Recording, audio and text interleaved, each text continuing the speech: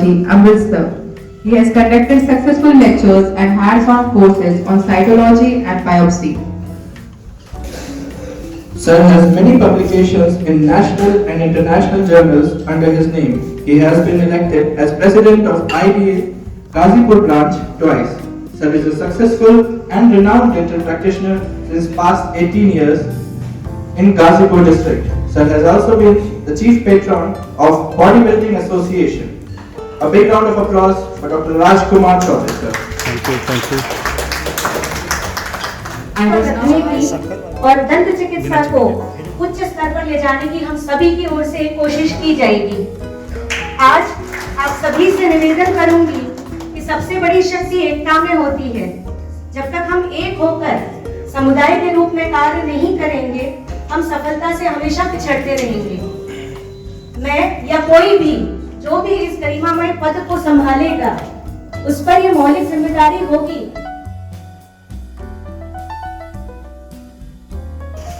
This CD program and this kind of arrangement. So I am here not to teach anything. I am here just to discuss my experience of 18 years of practice and how we can utilize the lesions in the oral cavity. Second, everything about the biopsy, like indication, contraindication, procedure, when to do, how to do, everything about the biopsy. Third, what are the adjunct to biopsy? If biopsy not, then what? अगर biopsy नहीं करना है तब क्या करना है? क्योंकि किसी भी पेशेंट को आपने बोला कि मैं आपका टिश्यू काट in the body and it is commonest cancer among all the cancers, and this pinkish area, this horseshoe shape or U-shaped pinkish area is accommodating only 20% of whole oral cavity. सारे oral cavity का केवल 20% part नहीं है, but this much area is 70% more prone for occurrence of cancer. What is this area? The floor of mouth, the lateral border of the tongue, retromolar area, Rahul. the buccal mucosa. अच्छा High risk site है. These are the high risk site. Lateral border of the tongue and the ventral part of the tongue. This is the high risk of occurring the cancer. Floor of the mouth also. So we diagnose the cancerous patient or malignant condition when this disease spreads up to the lymph node, and it is very much difficult at that point. अब क्या करेंगे? Diagnose किया late stage में तो 5 year survival rate reduced, screen आ जाएगा तो prognosis hampered. We as a dentist, we as a first healthcare provider have the ability to diagnose the disease as early as possible. We are trained for that. We have that ability, but we are not utilizing.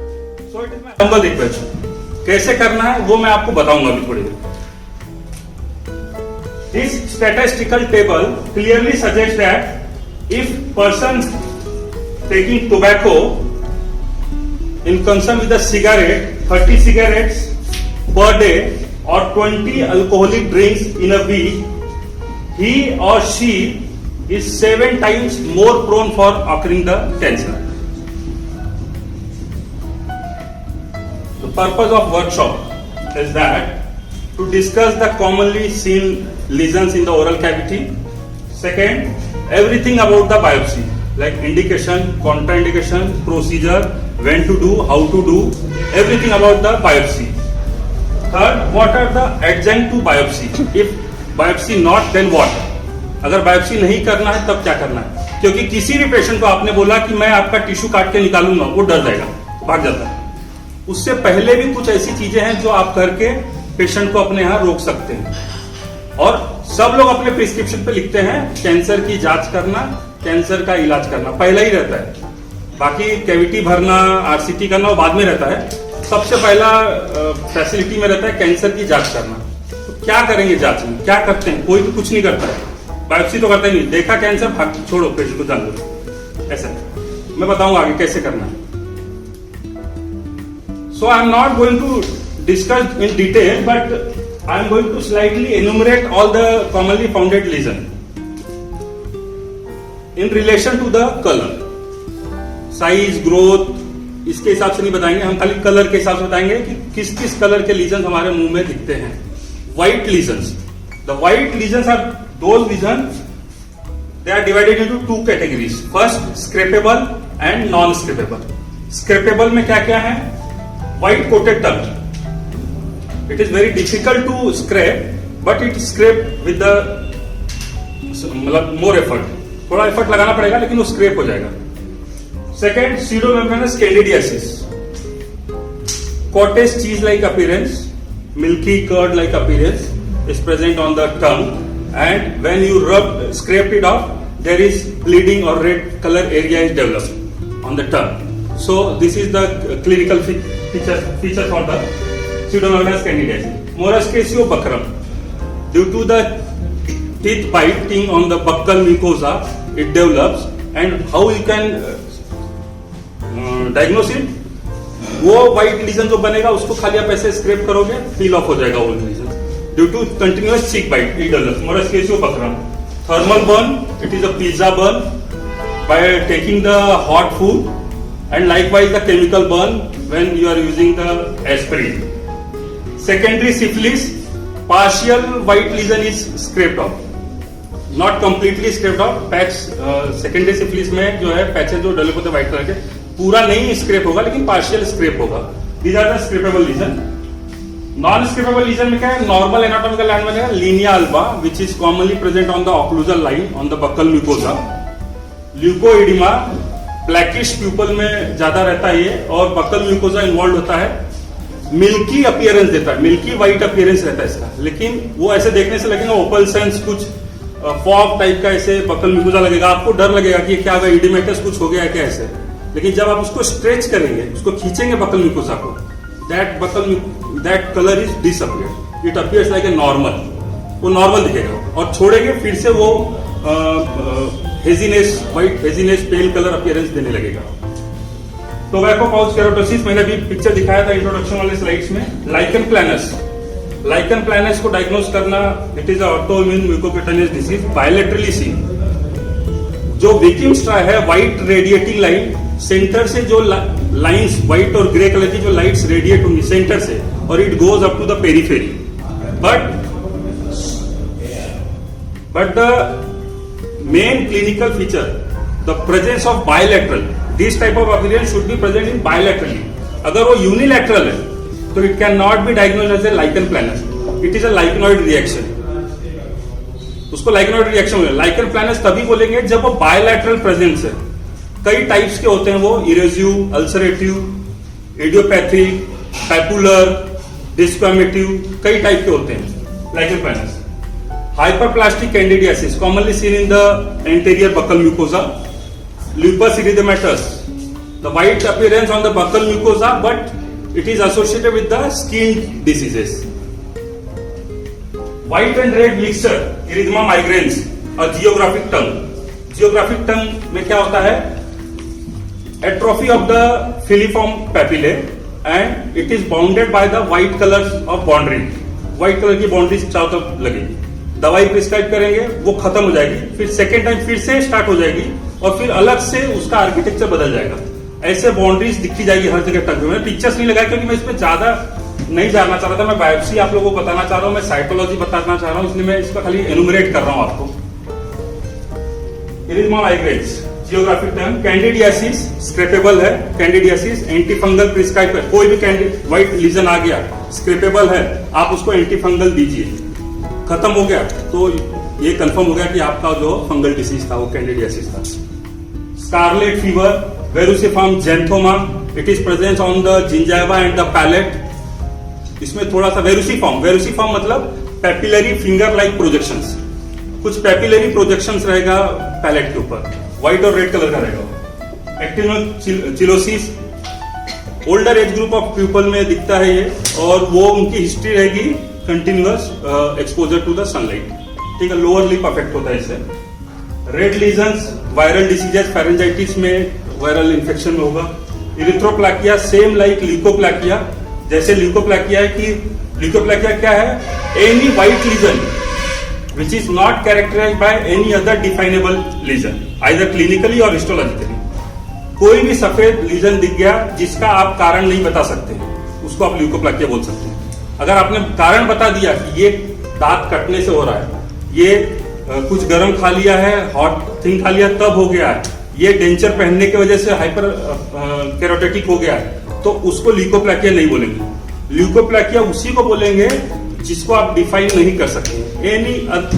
Any white lesion in the oral cavity which is non definable, either clinically और histologically.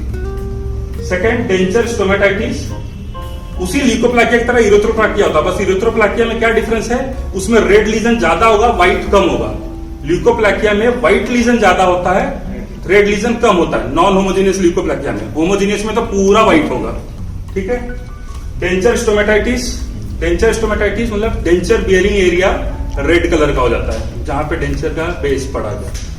Haemangioma माल formation है, younger age में दिखता है।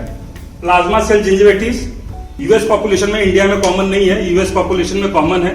इसमें क्या होता है, it is develop due to the allergy of the dentifrices which are used in the chewing gum और टूथपेस्ट। डेंटिफाइसेस की वजह से या फ्लेवरिंग एजेंट के एलर्जी की वजह से पूरा जिंजाइवा इन्फ्लेम्ड हो जाता है, रेड कलर का हो जाता है। Radiation mucositis in the person who are going in the radiotherapy that develop the mucositis. Blue and purple colour, उसमें varicosities, ventral surface of the tongue पे ब्लू कलर के सारे वेन्स दिखेंगे आपको। सब mucosal haemorrhage, leukoplakia, leukaemia, haemophilia उसमें है। म्यूकोसिन blue colour का जो है अपीयरेंस दिखेगा, माइनर सलाइवरी ग्लैंड के साथ associated, and it is present on the lower lip mostly. Eruption cyst at the area where tooth is going to erupt, alveolar ridge के ऊपर स्वेलिंग दिखेगी जो ब्लू कलर की होगी। Ranula, floor of the mouth में presence होगा, dome shape, round होगा, blue colour का होगा, लार्ज साइज होगा, फ्रॉग लाइक अपीयरेंस दिखेगा। मेलानोमा अपर जिंजाइवा और पैलेट में कॉमन है, बक्कल म्यूकोजा में सेकेंड कॉमन है। मेलानोमा के लिए कोई भी ब्राउन ब्लैक, ये मिक्स दिखता है, ब्लू ब्राउन ब्लैक ऐसे कलर का दिखेगा मेलानोमा। मेलानोमा के लिए you have to follow ABCD rule. What is that rule? ABCD rule. A is for asymmetry. You can divide this lesion, a brown or black lesion in center, and half of the center means half is not matched with the another half. Asymmetry. B, border is irregular. उसमें border regular नहीं होगा. C, color मैंने बता दिया आपको color कैसा होगा, brown, blue, black ऐसा होगा. D, dimension is more than 6 millimeter. And E is the elevated. वो फ्लैट नहीं होगा, वो एलिवेटेड होगा। अगर ऐसा दिखा तो that is a melanoma. Melanoma means ओमा लगा इसलिए वो बिनाइन नहीं है, it is complete name is malignant melanoma, it is malignant one, don't touch it. आपने जैसे ही टच किया ये प्रोफ्यूजली इसकी साइज बढ़ने लगेगी। मैलिग्नेंट मेलानोमा को इंसिजनल बायोप्सी नहीं करते, हम अभी बता दे रहे हैं क्योंकि बाद में याद रहेगा कि नहीं रहेगा। इंसिजनल बायोप्सी मैलिग्नेंट मेलानोमा में नहीं की जाती। अगर कुछ भी ब्राउन ब्लैक अपर जिंजावा या पैलेट में देख रहे हैं और ये ABCD रूल उसमें दिख रहा है, कितना दिन में बढ़ा हो हिस्ट्री पूछ लेना है, 6 महीने के अंदर अगर बढ़ा है तो आप उसको टच नहीं करिएगा, उसको रेफर करिएगा। ऐसे केस को रेफर करें, क्योंकि हमको क्या करना है उससे इंपॉर्टेंट क्या नहीं करना वो भी पता होना चाहिए। क्योंकि हम लोग एक छोटे सेंटर में प्रैक्टिस करते हैं और अब यहाँ पे तो जैसे ओरल सर्जन भी हैं, डॉक्टर साहब ने बताया मुझे, तो मान लीजिए उनकी हेल्प ले सकते हैं आप लोग। तो ऐसे टाइम टू टाइम आपको पूछते रहना चाहिए और ये एसोसिएशन आपका बहुत अच्छा है। मैं देख रहा हूँ इतने अच्छे से आप लोग एक दूसरे को सपोर्ट कर रहे हैं, सब लोग एक दूसरे की तारीफ कर रहे हैं। जब से एयरपोर्ट से मैं यहाँ आया तब से सबके बारे में उसने बता दिया, शिवांश ने सबके बारे में बता दिया मुझे। तो आप लोग एक दूसरे को सपोर्ट करिए और छतरपुर में ऐसे ही डेवलप करिए डेंटिस्ट्री को। सेकंड, ब्राउन ग्रे और ब्लैक कलर में रेशियल पिगमेंटेशन, जो पिगमेंटेशन आ जाता है जिंजाइवा के ऊपर, रेशियल वेरिएशन है। अमालगम टैटू हिस्ट्री रहेगी, अमालगम फीलिंग रहेगा जहां पे ये ग्रेइश कलर का अपीयरेंस है, और वहां पे जब रेडियोग्राफ लेंगे तो वहां पे अमालगम, सिल्वर अमालगम का कुछ तो भी पार्टिकल वहां पे एंगेज्ड होगा, उसी में आपको अमालगम टैटू दिखेगा। ब्लैक ब्राउन हेयरी टंग, ये क्या है? इसमें डीपेपिलेशन हो जाता है, फिलीफॉर्म पेपिलेट खत्म हो जाते हैं। कुछ फिलीफॉर्म पैपिले की साइज बहुत ज्यादा बढ़ जाती है, वो 15 टाइम्स बढ़ जाते हैं। मतलब फिलीफॉर्म पैपिले की जो साइज होती है वो 1 मिलीमीटर की होती है, लेकिन कुछ केसेस में क्या होता है वो 15 मिलीमीटर हो जाता है। तो इतना बड़ा फिलीफॉर्म पैपिले होने के बाद क्या होता है, पेशेंट को इरिटेशन होता है, वो पैलेट में ऊपर लगता है, सॉफ्ट पैलेट में लगता है, तो इरिटेशन होता है। और उसके अंदर जो फूड पार्टिकल डिपॉजिट होते हैं उसमें फंगल इन्फेक्शन भी होता है, हेलुटोसिस का भी प्रॉब्लम रहता है, black hair return. Smokers melanosis, melanoma अभी मैंने बताया, ड्रग इंट्रैक्शन, क्लोरोक्विन ड्रग लेने की वजह से आपका डिसकलरेशन होगा, heavy metal poisoning, lead poisoning, all this poisoning. Yellowish lesion, Fordyce granule, ectopic sebaceous presence, bilaterally buccal mucosa में दिखता है। आप लोग देखते होंगे अक्सर, जैसे ही चीक को रिट्रैक्ट करेंगे बकल म्यूकोजा में देखेंगे बहुत सारे येलो स्पॉट्स रहेंगे, वो है आपका Fordyce granule. Superficial abscess, always associated with the non vital tooth, कुछ पस डिस्चार्ज हो रहा है तो अब्सेस है, येलोइश कलर का दिख रहा है। Lipoma, soft consistency, buccal mucosa पे मोस्टली दिखता है, yellowish in colour. Jaundice, jaundice में आपको जो है टंग दिखेगा येलोइश कलर का, ये एसोसिएटेड होगा स्क्लेरा के साथ। Sclera is also appear to be yellowish. और हेमेटोलॉजिकल इन्वेस्टिगेशन जरूरी है इसके अंदर, लीवर के लिए आपको इन्वेस्टिगेशन जरूरी है, तभी उसको एसोसिएट करेंगे। जॉन्डिस का ओरल मैनिफेस्टेशन है, ओरल कैविटी में जो पूरा म्यूकोजा जो येलोइश अपीयर करे। वेरुसिफॉर्म जेंथोमा मैंने बताया, papillary projection on the gingiva and the hard palate commonly. These are the lesions. ये कुछ लीजन्स हैं जो मेरे क्लिनिक में आए हैं, जिनकी मैंने बायोप्सी की है। एक एक लीजन को डिस्कस करता हूं, मैं बताना चाहूंगा कि क्या चीज है।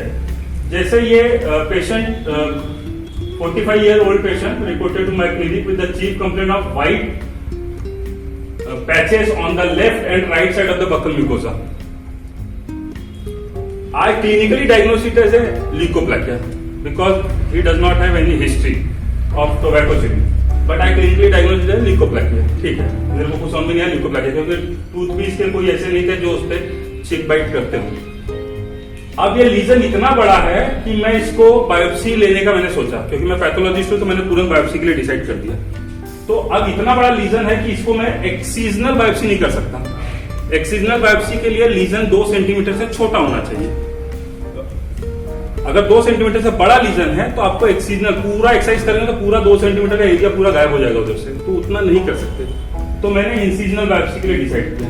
आई took the incisional biopsy and this tissue is processed for histopathological evaluation. अब क्या होता है, मैं क्यों ये इवैल्यूएशन बता रहा हूं, क्योंकि डॉक्यूमेंट करना अपने आप को बहुत जरूरी है।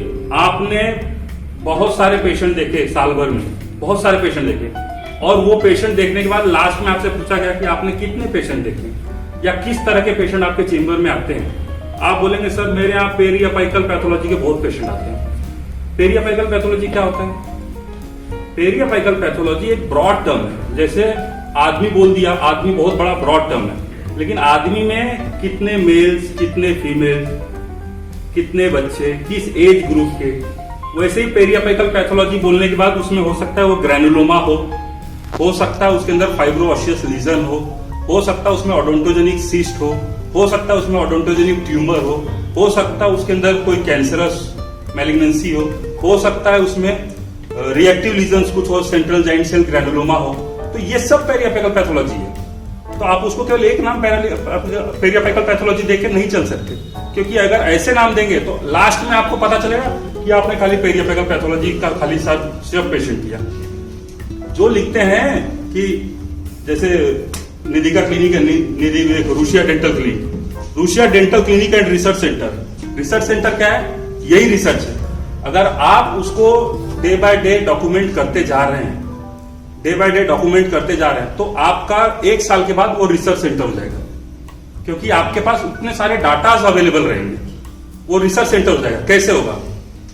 क्लिनिकली मैंने इसको ल्यूकोप्लाकिया दिया, लेकिन ये ल्यूकोप्लाकिया है नहीं, या हो सकता है, मुझे पता नहीं, क्योंकि ये क्लिनिकली है। जब मैं हिस्टोपैथोलॉजिकल इवैल्यूएशन के लिए उसको भेजूंगा तो पैथोलॉजिस्ट मुझे जो है इसके बारे में डिटेल बताएगा और वो फाइनल डायग्नोसिस देगा।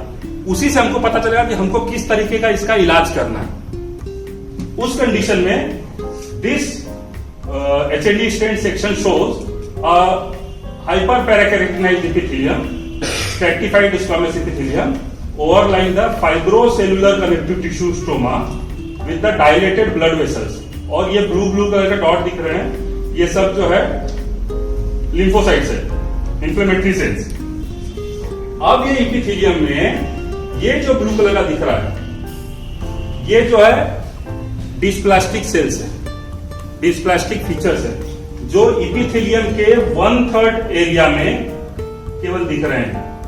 बेस में तो दिखता ही है कॉमनली, लेकिन एपिथेलियम के 1/3 एरिया में ब्लू डॉट दिख रहे हैं, डिस्प्लास्टिक फीचर्स के साथ दिख रहे हैं। तो ये जो है माइल्ड ग्रेड का एपिथेलियल डिस्प्लासिया है। अब ये डिस्प्लासिया क्या चीज बता दिया डॉक्टर ने। डिस्प्लासिया क्या है सबको तो पता नहीं, कुछ को पता होगा, कुछ को नहीं पता होगा। डिस्प्लासिया बोलने का मतलब ये होता है कि इसी से हम डिसाइड करते हैं कि दीज सेल्स आर क्वालिटेटिवली और quantitatively how much active to progress into the malignancy. Dysplastic feature से ही हम लोग डिसाइड करते हैं। डिस्प्लास्टिक फीचर पूरे एपिथेलियम में सेल्स अगर एक तरह के फीचर्स दिखा रहे हैं तो उसको डिस्प्लास्टिक बोलेंगे। अगर सिंगल सेल की बात करते हैं तो उसको अटिपिकल सेल्स बोलते हैं। Atypical cells, typical cells and atypical cells. Typical cell मतलब नॉर्मल सेल, जो अपने सेल्स होते हैं उसकी नॉर्मल एक एनाटॉमी होती है, उसके न्यूक्लियस और साइटोप्लाज्मिक रेशियो 1:4 का होता है, मतलब न्यूक्लियस छोटा होगा, साइटोप्लाज्म उसका 4 गुना ज्यादा बड़ा होगा। ये टिपिकल सेल्स है। These cells are attached with each other by the desmosomal attachment and these cells are attached with the basement membrane by hemidesmosomal attachment. ये एक नॉर्मल एनाटॉमी है। लेकिन जब ये अटिपिकल हो जाते हैं, डिस्प्लास्टिक चेंजेस इसमें आ जाते हैं, तो तब क्या होता है, लॉस ऑफ कोएजिनेस खत्म हो जाएगा, उसके हाइपरक्रोमैटिक न्यूक्लियस हो जाएगा, न्यूक्लियस गेट हाइपरक्रोमैटिक मतलब एक्टिव हो जाएंगे बहुत ज्यादा। न्यूक्लियस साइटोप्लाज्म की रेशियो जो है वो अल्टर्ड हो जाएगा, मतलब न्यूक्लियस बढ़ जाएंगे, साइटोप्लाज्म कम हो जाएंगे। तो ये सारे डिस्प्लास्टिक फीचर्स है। वो डिस्प्लास्टिक फीचर इससे 1/3 में दिख रहा है तो माइल्ड ग्रेड है, 2/3 मतलब मिडल 2/3 में दिख रहा है तो मॉडरेट ग्रेड है, अप टू स्ट्रैटम ग्रैनुलोसम दिख रहा है, मतलब बेसेले स्पाइनोसम एंड ग्रैनुलोसम दिख रहा है तो सीवियर ग्रेड बोलेंगे। कॉर्नियम को इन्वॉल्व कर लिया, स्ट्रैटम कॉर्नियम को, तो कार्सिनोमा इन सीटू बोलेंगे। कार्सिनोमा इन सीटू बोलने के बाद कार्सिनोमा हो गया मतलब कैंसर हो गया ऐसा नहीं बोल सकते। Carcinoma in situ, carcinoma in situ का मतलब है अभी भी आप सेफ है, आप उसमें जो है उसको पूरा एक्सरसाइज कर सकते हैं। क्यों? क्योंकि हमारा ये जो बेसमेंट मेम्ब्रेन है ये इंटैक्ट रहना चाहिए। बेसमेंट मेम्ब्रेन इंटैक्ट है तो वो स्क्वामस सेल कार्सिनोमा नहीं है।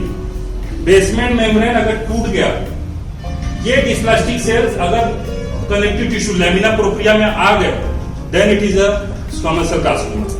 अब वो भी माइल्ड, मॉडरेट, सीवियर तरह के कार्सिनोमा होते हैं। वो क्या होते हैं उसके अलग तरीके, वो मैं आपसे डिस्कस नहीं करूंगा। बस मैं ये बताना चाहता हूं कि अगर डिस्प्लास्टिक रिपोर्ट में पैथोलॉजिस्ट लिखेगा कि dysplastic, mild grade of dysplastic epithelium, मतलब चिंता की कोई बात नहीं है, प्लेट उठाइए, पूरा कट कर दीजिए एपिथेलियम, इतना का इतना एपिथेलियम काट के निकाल दीजिए, आपने कैंसर का इलाज कर दिया। कार्सिनोमा इन सीटू बोलने तक भी आप कर सकते हैं, बस उसमें बेसमेंट मेम्ब्रेन इंटैक्ट चाहिए। कार्सिनोमा इन सीटू में डिस्प्लास्टिक फीचर जो है पूरा एपिथेलियम तक रहेगा। अब ये पता कैसे चलेगा? व्हाइट लीजन दिखा, आपने काट तो दिया, अगर आपने पता हिस्टोपैथोलॉजी इवैल्यूएशन के लिए नहीं भेजा है तो आपको पता नहीं चलेगा कि आपने कार्सिनोमा इन सीटू के लेवल पे किया था काम, कि माइल्ड लेवल पे काम किया था, कि मॉडरेट लेवल पे काम किया था। अगर कार्सिनोमा इन सीटू के लेवल पे काम किया तो आपको मॉनिटरिंग देनी पड़ेगी पेशेंट को, बार बार उस पेशेंट को देखना पड़ेगा, मॉनिटरिंग देनी पड़ेगी। क्यों? क्योंकि हो सकता है कि जो टिश्यू आपने निकाला उस टिश्यू में ये केवल कार्सिनोमा इन सीटू था, हो सकता है उसके दूर वाले टिश्यू में वो स्क्वामस सेल कार्सिनोमा हो गया, क्योंकि आपने एक साइज का टिश्यू निकाला, पूरा सेगमेंट नहीं निकाला। तो जब आपको ऐसे क्लिनिकली डायग्नोस हो कि नहीं ये कुछ कैंसरस है, कुछ है, तो आपको मल्टीपल जगह से निकालना चाहिए अगर एक्सटेंसिव लीजन है तो बायोप्सी। वो मैं डिस्कस करूंगा आपसे बाद में। तो ये माइल्ड एपिथेलियल ग्रेड ऑफ डिस्प्लासिया हमको मिला।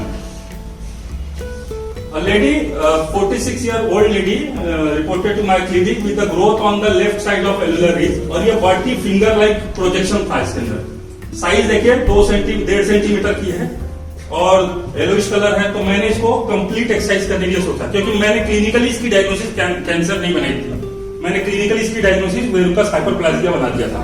तो मैंने इसको कंप्लीटली एक्सरसाइज कर दिया और इसको हिस्टोपैथोलॉजिकली इवैल्यूएट किया तो पता चला कि ये जो प्रोजेक्शंस होता है, ये फिंगर लाइक प्रोजेक्शंस है, ये इपिथेलियम का प्रोजेक्शंस होता है और उसमें पैराकेरेटिन प्लगिंग होती है। Parakeratin, keratin upper protective layer of any mucosa, keratin होता है ना ऊपर प्रेजेंट कॉर्निंग, वो केराटिन की प्लगिंग थी और इसमें बेसमेंट मेम्ब्रेन इंटैक्ट था। Elephant foot like appearance, broad and bulbous rete ridges with the intact basement membrane और लिम्फोसाइट्स विजिबल है। तो ये चूंकि इंटैक्ट बेसमेंट मेम्ब्रेन है तो भी मुझे डरना नहीं है, लेकिन ये टिपिकल फीचर है वेरुकस कार्सिनोमा का, उसको वेरुकस कार्सिनोमा बोलते हैं। Verrucous carcinoma is a low grade of squamous cell carcinoma. 20% of verrucous carcinoma get convert into the squamous cell carcinoma. अभी आप डेंटिस्ट हो, आपने इसको पहचाना वेरुकस कार्सिनोमा, आप इसको कर दीजिए, इलाज क्या दिक्कत है, इलाज करिए, इसको भेज दीजिए हिस्टोपैथोलॉजी। अगर कैंसर है तो आप पेशेंट को बताएंगे ना कि कैंसर था, मैंने डायग्नोज किया आपका कैंसर है करके। नहीं है तो पेशेंट को खुश हो गया पेशेंट कि आपने उसका इलाज किया कम से कम। अब ये रीजन देख के कोई कुछ काम नहीं करा, छोड़ के पेशेंट को जाओ जाओ जाओ हो गया बाहर जाओ, ऐसे नहीं करना है। इसको अपने क्लिनिक में इन्वॉल्व करना है। 1.5 सेंटीमीटर का लीजन है, आप लिम्फ नोड चेक करिए, क्लिनिकल फीचर के हिसाब से लिम्फ नोड चेक करिए। लिम्फ नोड अगर फिक्स्ड नहीं है, पाल्पेबल है कि नहीं पाल्पेबल है पहले वो देखिए। फिक्स है तो ही डरना है, फिक्स नहीं है तो अभी डरने की जरूरत नहीं। इन्फ्लेमेटरी कुछ है उसके अंदर तो आप उसको क्लिनिकली निकाल के, अगर कैंसर भी होगा तो भी आप क्या करेंगे, कैंसर होगा भी तो आपको डरने की जरूरत नहीं। वो टिश्यू को जांच करवाइए, कैंसर आता है, पेशेंट बोले कैंसर है, अब आपको हायर सेंटर पे जाना है। कम से कम आपने इन्वेस्टिगेट तो किया उसको। अगर वो नहीं आता आपके पास, आप नहीं इन्वेस्टिगेट करते तो उसका ग्रेड ज्यादा हो जाता, उसकी प्रोग्नोसिस पुअर हो जाती है, सर्वाइवल रेट उसका कम हो जाता। तो कम से कम ये जानकारी हो जाएगी। This 60-year-old male patient with a poor oral hygiene and having the past dental history of extraction of left side of molars, and there is unhealed socket. Radiographically, it gives the appearance of radiolucency from mesial of 4.3 to mesial of 3.8, and this much of the radiolucent area with the regular border. Lymph node इसके fixed थे पूरे, non-tender lymph node, palpable fixed lymph node थे। मैंने इसको clear cut, मैंने उसकी diagnosis बना दी कि ये कैंसर है, स्क्वेमस सेल कार्सिनोमा है, कार्सिनोमा ऑफ एलुलर रीज बोलते हैं। फिर ये लीजन इतना बड़ा था, तो लीजन इतना बड़ा है तो मैं क्या करूँ, अब इतना बड़ा लीजन है तो मैं इसको एक्सिजनल बायोप्सी, कैंसर में तो बायोप्सी का मतलब निकालने के बारे में पूरा एक्सरसाइज करने का सोचना ही नहीं है। एक्सिजनल बायोप्सी इतने बड़े लीजन का कर ही नहीं सकते क्योंकि 2 सेंटीमीटर से ज्यादा है। तो इंसिजनल बायोप्सी का मैंने डिसाइड किया। इंसिजनल बायोप्सी किया, टिश्यू को इवैल्यूएट किया, तो इसमें देखिए आप जो मैं समझा रहा था आपको, इसमें स्ट्रैटिफाइड स्क्वेमस एपिथेलियम है, but the basement membrane are discontinued basement membrane. All the dysplastic cells are within the connective tissue और लैमिना प्रोप्रिया। और ये जो पिंकिश कलर का दिख रहा है, ये केराटिन पर्ल्स दिख रहे हैं। ये केराटिन पर्ल्स क्या होते हैं, ये केराटिन होता है जो ऊपर के लेयर में मौजूद होता है, जो प्रोटेक्टिव लेयर होता है केराटिन, वो केराटिन जो है प्रीमैच्योर केराटिनाइजेशन हो जाता है सेल्स का, और वो केराटिन पर्ल की तरह होता है, और सारे वो डिस्प्लास्टिक टिश्यूज जो है that are present in the lamina propria. ये स्क्वेमस सेल कार्सिनोमा है।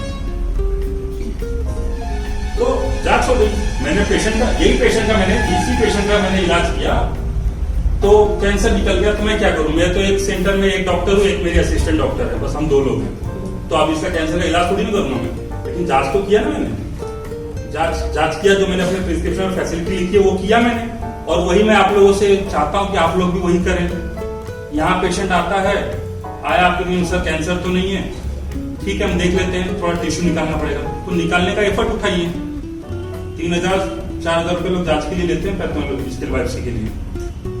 और कैसे निकालना, बहुत सिंपल प्रोसीजर में बताऊंगा आपको, आसानी से आप निकाल लेंगे, पता भी चलेगा पेशेंट को। अगर पेशेंट डरता है कि नहीं मैं बायोप्सी नहीं कराऊंगा, तो नॉन इन्वेजिव टेक्निक से 2-3 टेक्निक से मैं डिस्कस करूंगा, वो कर लेंगे हम लोग, तो कम से कम उसके भी कुछ पैसे हो जाएंगे, पेशेंट को पता चल जाएगा, आप डॉक्यूमेंट हो जाएंगे, आपकी क्लिनिकल प्रैक्टिस जो है एक अच्छे लेवल की हो जाएगी।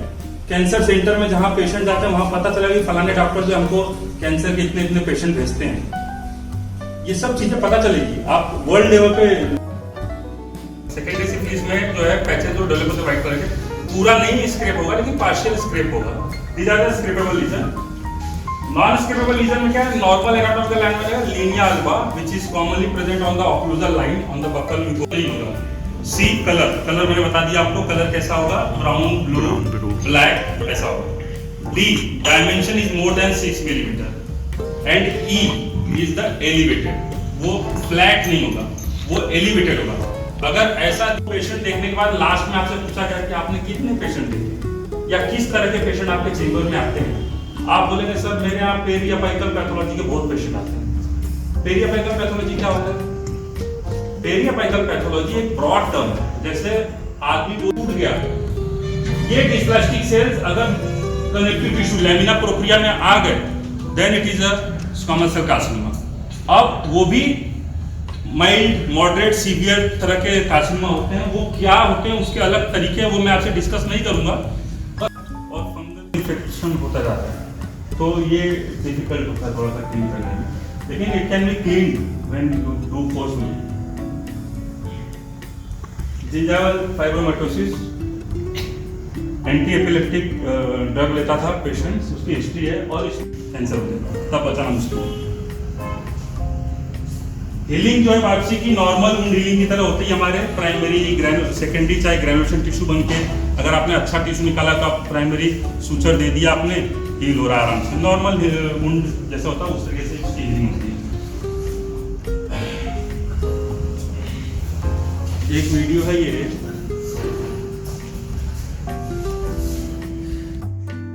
तो श्रवण ने अंग्रेजी में सर को बहुत बहुत धन्यवाद कही हुए, हम थोड़ी बुंदेलखंडी में जो हमारी क्षेत्रीय भाषा कहा जी, हम वही मैं आपको तहे दिल से शुक्रिया कर भी। धन्यवाद। बहुत बहुत अच्छा लगा सर आपकी बातें सुनकर, हमें जौन जौन चीजें आपने दिखाई अवेयरमेंट, तो हमारा तो दिल जो है वो फुरूरी सी काट रही थी। हमें ऐसा भी हो, हमें यार दांत निकालो कैंसर हुआ तो और आफत हो जाने, हम तो घबरा गए कि सफेद, हमें तो लगा तो एक सिंपल जो छाला है, अब वो छाला में सर आपने इतनी चीजें बता डाली कि हमें बहुत डेंटल वाली आंखों से देखा सर उनको कि वो तो कैंसर को कंडीशन तो नहीं बन रही है। और जब बताई सर ने कि हिस्टोपैथोलॉजी कर लो, साइटोलॉजी कर लो और डेंटिस्ट्री में कहो बायोप्सी कर डालो, कर भी सर कोशिश कर भी बाकी। लेकिन आपका सर बहुत अच्छा लगा जैसे आपने बताया। कुछ लाइनें मैं आपके लिए बोलना चाहता हूँ, कुछ बातें बुंदेलखंडी में। आगे आया समझ में सुना रहा सबको, तेज तो है ना।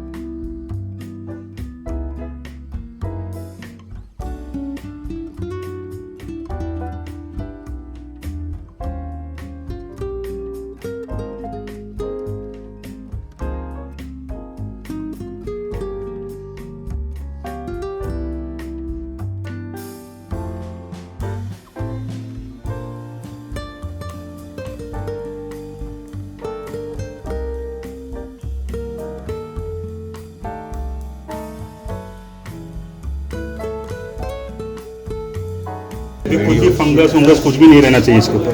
फंगस रहेगा तो आपको जो है उसमें फंगस आ जाएगा उसके अंदर। अब इस पे जो भी आपका साइटोलॉजी, जैसे साइटोलॉजी है तो मैं इसको सी लिखूंगा, सी।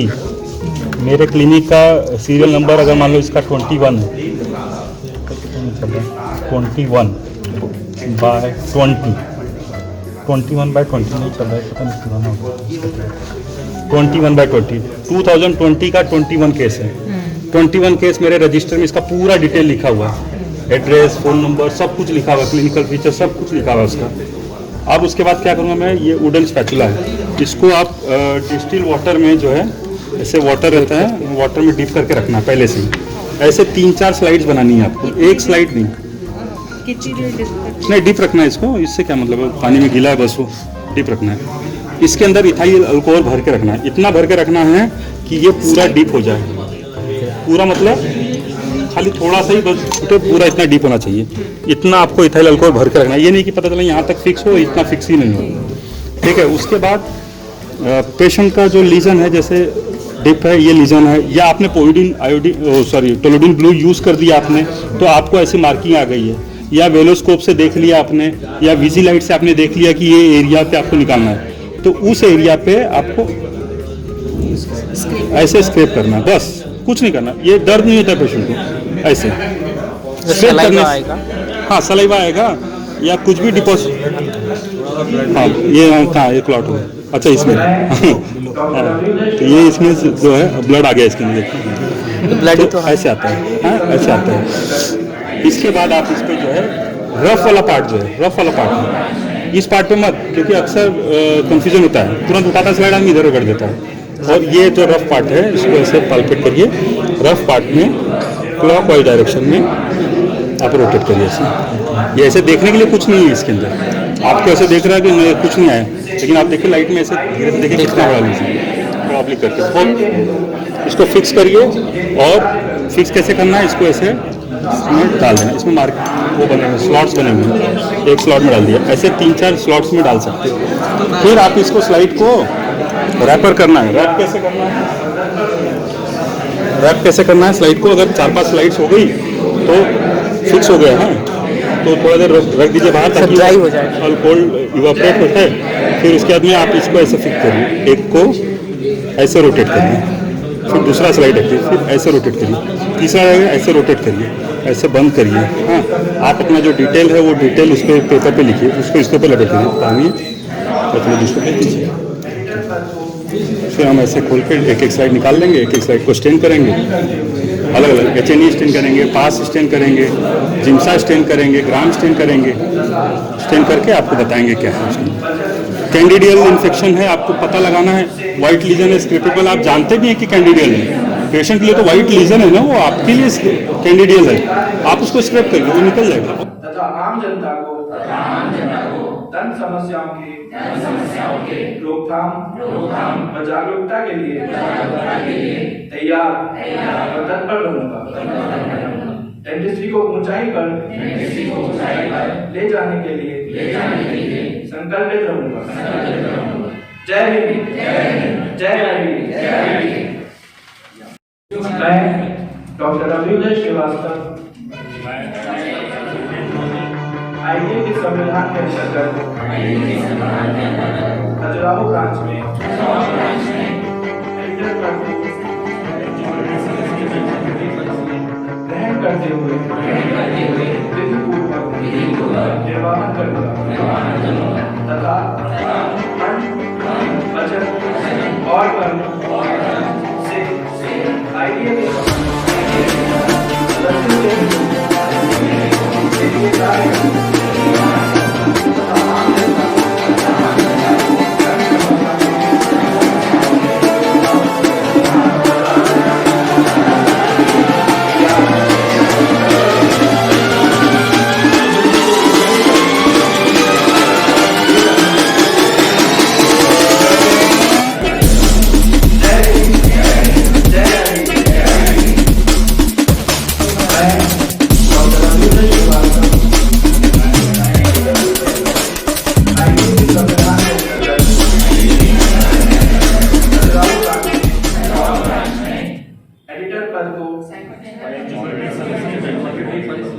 ग्रहण करते हुए विधिपूर्वक निर्वाहन करूंगा।